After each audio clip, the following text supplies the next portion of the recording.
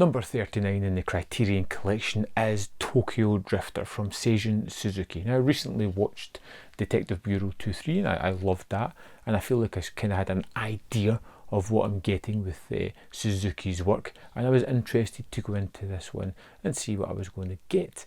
And you get thrown into the world of Tetsu the Phoenix, a kind of right hand man for a yakuza boss who has retired, stepped out of that mafia world. He's starting to run a business, but of course he has all these ties to the underworld, and as soon as someone suspects that he has gone on the righteous side of the law and taken a step back from that, people are going to come out of the woodwork to try and take over the businesses that he has.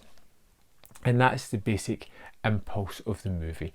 You know, you have Tetsu, a man who's so loyal, fiercely loyal to his commander-in-chief, the person that he looks up to. They have a really close relationship, and you see it through several scenes, who, when they get into a situation, he feels that the only way to help his boss is to leave Tokyo, to basically just wander around, and it almost becomes a mix of a samurai film, a yakuza gangster, a western, mixed with a little bit tinge of Mario Bava's colour palette, and becomes this really weird kind of odd movie that increasingly took my attention and got better and better the more the movie went on.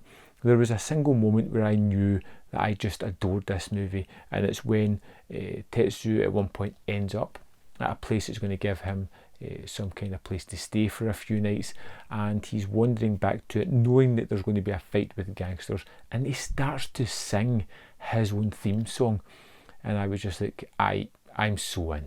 This is wonderful. It's wonderfully staged and set up, produced.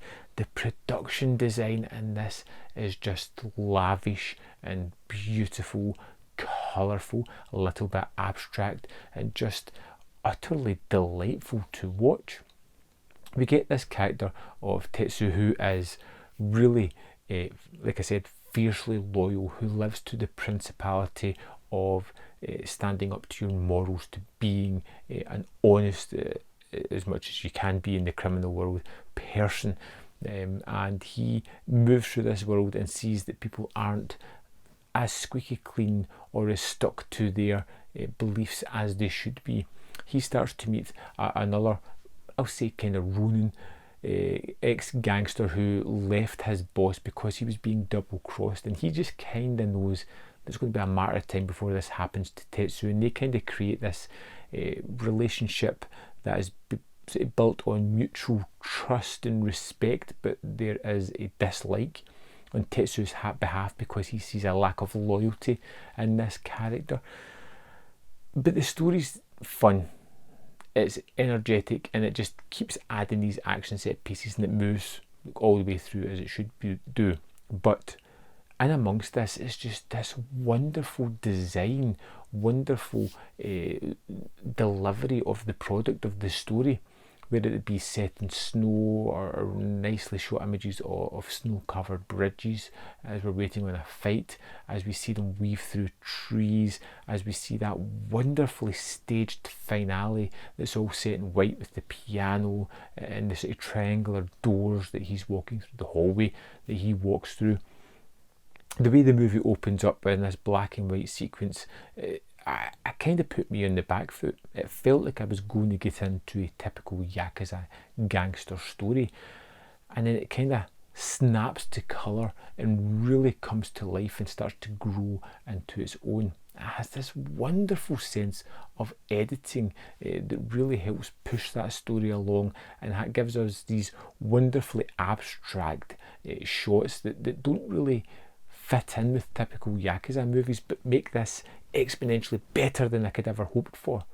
At its heart, it's a kind of pulpy western, and in that it works. If you want to dig into it and see the kind of pop art 60s colourful, vibrant movie that it has as well, it's there for you. If you want to get stuck into the themes of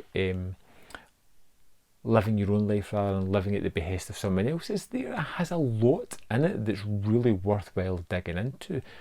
It's beautiful. It's exciting. It's exceedingly quick at 83 minutes, and it is riveting. I couldn't take my eyes off this movie. It was that wonderful. I am strongly recommending Tokyo Drifter. I thought it was a terrific movie and one that I've been raving about since I first watched it. I'd love to know your thoughts on the movie if you've seen it. Let me know in the comment box below, and I'll see you next time on Man v Film.